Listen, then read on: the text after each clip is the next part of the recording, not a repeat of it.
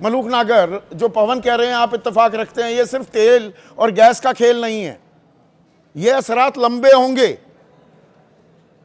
तैयार हैं हम उसके लिए। चौधरी साहब, एलजेपी को और आरएलडी को अगर छोड़ दें तो सारे एक ही तरफ बोल रहे हैं, तो इसलिए प्लीज बोलने देना ताकि दोनों तरफ की विचारधारा आ जाएगी, जब भी चैनल पे भी और जब भी ये आपकी television ABP news Sandeep Chaudhary का जो नाम है और थोड़ा बढ़ेगा, नहीं तो सारे इकट्ठे बैठ जाएंगे, एक तरफ बोलते रहेंगे, कोई बात नहीं हो पाएगी। मैं क्या कहना चाह रहा हूं, किसी भी बात को देखने का नजरिया है किस तरीके से देखें। 17वीं लोकसभा में 864 मुद्दे उठाने के बाद सबसे ज्यादा रिकॉर्ड मेरे नाम है, इसलिए मैं जो कह रहा हूं मेरी बात को एकदम बीच में ना रोकें।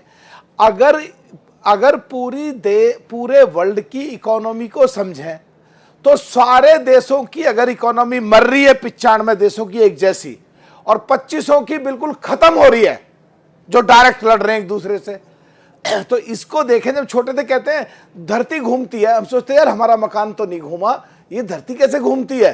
तो इसका मतलब है जब सारे वर्ल्ड की इकोनॉमी मर रही होगी, हमारी भी कमजोर हो रही होगी, तो आज के तो परिवेश में अगर कोरोना ना, मैं तो आपके इलाके की भी तो तस्वीरें दिखाई मलूक भाई, पश्चिमी उत्तर प्रदेश के आप एक बड़े नेता हैं, मैं जो बागपत की तस्वीरें दिखा रहा हूं, मैं सहारनपुर की जो तस्वीरें दिखा रहा हूं, मेरठ की जो तस्वीरें दिखा रहा हूं, कारोबारी आपके पास भी आते होंगे ना मलूक भाई, ये कितने दिन चल लगा, यो युद्ध खत्म होगा कि नहीं, हमारे तो पसीना आ गया, कह रहे होंगे ना लोग, कारोबारी कर रहे होंगे ना आपसे बात, या मैं ये झूठी तस्वीरें दिखा रहा हूं।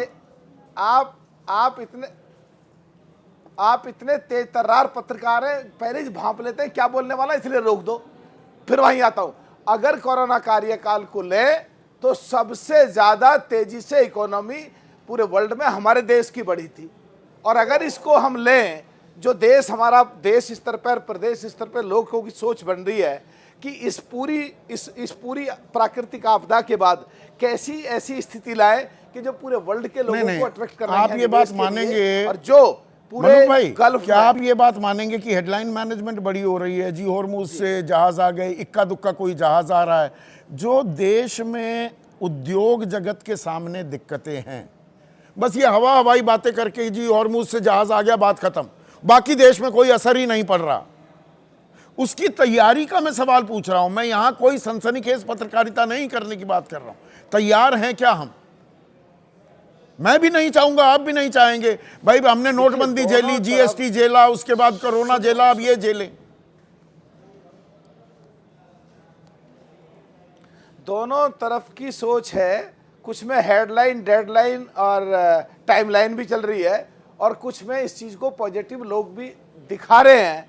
अब सोचने वाली बात है कि आप के सामने कोई भी बोलने वाला बैठ जाओ, जिस तरह बीच में जाके खटक देसी मुंह पकड़ लेते हो, तो जितना बेचारे के याद रहता है, बोलना चाहता है, वो भी भूल जाता है। तो प्लीज मैं प्रार्थना करता हूं कि मेरी बात, आप जैसे तजुर्बेकार आदमी कुछ नहीं भूलते हैं, पर कुछ चीजों का आप खुलकर थोड़ा जवाब नहीं देना चाहते हैं। भाई सत्ता के साझीदार हैं, भागीदार हैं।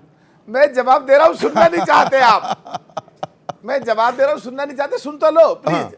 बाबा हमारे माननीय योगी जी बाहर जाते हैं विदेशी निवेश लाने के लिए, हमारे देश के प्रधानमंत्री और हमारे देश के विदेश मंत्री और हमारे देश के तमाम सरकार के लोग बाहर विदेशों में जाते हैं हमारे देश में इन्वेस्टमेंट करने के लिए। जब पूरे वर्ल्ड में मारामारी हो रही है और हमारा देश सेफ है, अगर उनको अट्रैक्टिव पैकेज देंगे और विदेश का पैसा हमारे देश में निवेश होगा, तो हमारा देश की लाखों करोड़ का निवेश कौन सा कहा जाता आएगा, वो कब आएगा, कद 9 मन तेल होगा, कद राधा नाचेगी, वो क्योटो कब बनेगा काशी, वो हिंडन का एयरपोर्ट गाजे बाजे से चला था, 2 उड़ानें वहाँ उतरने लगी हैं, बाकी सब ने बंद कर दिया कि भैया यहाँ तो ये चलता ही नहीं, वो भी बंद हो जाएगी, पवन ये कह रहे हैं। संदीप भाई 9 मन तेल भी होगा, राधा भी नाचेगी, और इस देश का किसान, इस देश की खेती, चौधरी चरण सिंह जी की विचारक लोग इतने मजबूत हैं, देश की रीढ़ की हड्डी है। हमारा देश का किसान जब तक खुशहाल है, किसान खुशहाल रहेगा, संभालेगा। देखिए ये आपने अच्छा मुद्दा उठा दिया, किसानों की तो खैर चर्चा ही नहीं करते नेशनल मीडिया वाले, आप बैठे हैं तो चर्चा कर ही लेते हैं। ये खाद पर असर तो नहीं पड़ेगा, अब खरीफ की बुआई शुरू होने वाली है, और ये खाद के जितने फर्टिलाइजर प्लांट्स हैं हमारे, वो तो एलएनजी से चलते हैं। एलएनजी तो कतर से आनी बंद हो गई है, पेट्रोनेट ने गेल को मना कर दिया है। तो ये खाद के दामों में आग तो नहीं लगेगी और उससे खान पान की चीजें और महंगी होंगी। किसानों को एमएसपी तो आप देने को तैयार नहीं है। C2+ 50% वाला नहीं दे रहे हैं आप। देखिए खाद पे, देखिए अब जवाब सुन लो ना जी, खाद पे असर जरूर पड़ेगा। 95 देशों पे पड़ रहा है, हमारे देश पे भी पड़ेगा। 25 देश पूरे संसार के ध्वस्त हो चुके हैं और उन लोगों के, पूरे वर्ल्ड के लोग जो यहाँ आएंगे, जो देश की इकोनॉमी बढ़ेगी, हमारे देश की इकोनॉमी का फायदा किसान को भी होगा। और हमारे देश का किसान इतना मजबूत है और ऐसी नई नई टेक्निक लगाता है ऑर्गेनिक तरीके से, भारतीय संस्कृति के तहत। वो दूसरे रास्ते कूड़ी का खाद उसको इतना मजबूत कर रहे हैं, किसान के सम्मान के नाम पर 6,000 रुपए दे देते हैं। सब्सिडी अमेरिका देता है 62 लाख की, 44 लाख की सब्सिडी देता है जापान। हम देते हैं 15,574 रुपए। उसे भी हटाने के लिए नीति आयोग में बैठे हैं बहुत सारे तथाकथित कृषि विशेषज्ञ जो बाहर भी नहीं जाते, गांव में खेतों में जाते ही नहीं है। और एमएसपी निर्धारित करने वाली कमेटी में 3 आदमी पिछले 4 सालों से हैं ही नहीं। 5 सदस्य होने चाहिए, 2 ही सदस्य हैं।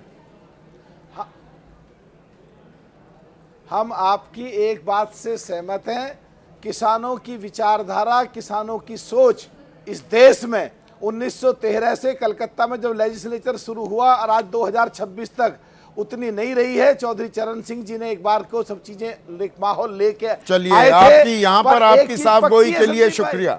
यहाँ पर आपकी साफ गोई के लिए शुक्रिया।